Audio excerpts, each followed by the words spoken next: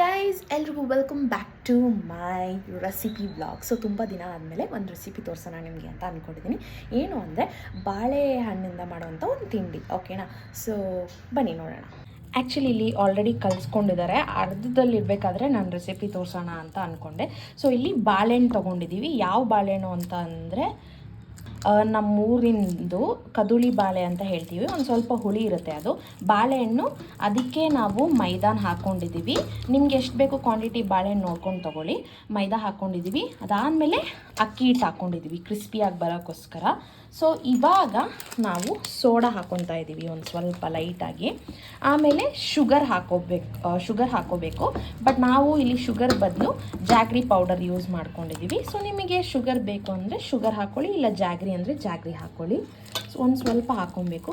ಈ ಥರ ಚೆನ್ನಾಗಿ ಮಿಕ್ಸ್ ಮಾಡ್ಕೊಬೇಕು ನಾವು ಎಲ್ಲ ಮೈದಾ, ಅಕ್ಕಿ ಹಿಟ್ಟು ಮತ್ತು ಶುಗರ್ ಅಥವಾ ಬೆಲ್ಲ ಪೌಡರ್ ಏನು ಹಾಕಿದ್ದೀರೋ ಅದು, ಮತ್ತು ಬಾಳೆಹಣ್ಣು ಈ ಥರ ಚೆನ್ನಾಗಿ ಮಿಕ್ಸ್ ಮಾಡ್ಕೊಬೇಕು.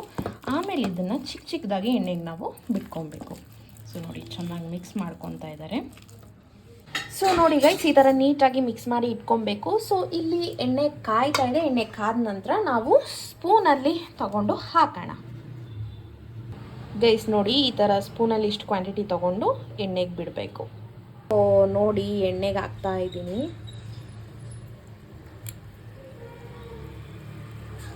ಈ ಥರ ಹಾಕಬೇಕು ನೋಡಿ ಗೈಸ್, ಈ ಥರ. ಓಕೆ ಗೈಸ್, ನೋಡಿ ಕಲರ್ ಚೇಂಜ್ ಆಗ್ತದೆ. ರೆಡಿ ಆಗಿದೆ, ಒಂದು ಸೆಟ್ ರೆಡಿ ಆಗಿದೆ ಆಲ್ರೆಡಿ. ನೋಡಿ ಈ ಥರ ಇದೆ, ಎಷ್ಟು ಚೆನ್ನಾಗಿದೆ ಅಂತ. ಸೊ ಇದನ್ನು ಬಾಳೆಹಣ್ಣು ಕಜ್ಜಾಯ ಅಂತೀವಿ ನಾವು. ಸೊ ಎಲ್ಲರೂ ಇದನ್ನು ಟ್ರೈ ಮಾಡಿ ನಾನು ಹೇಳ್ದಂಗೆ ರೆಸಿಪಿನ ಹೇಗಿದೆ ಟೇಸ್ಟ್ ಅಂತ ಹೇಳಿ. Thank you so much for watching this video. Next ರೆಸಿಪಿಯಲ್ಲಿ ಮತ್ತೆ ನಾನು ನಿಮಗೆ ಸಿಗ್ತೀನಿ. ಅಂಟಿಲ್ ದೆನ್ ಟೇಕ್ ಕೇರ್, ಬಾಯ್.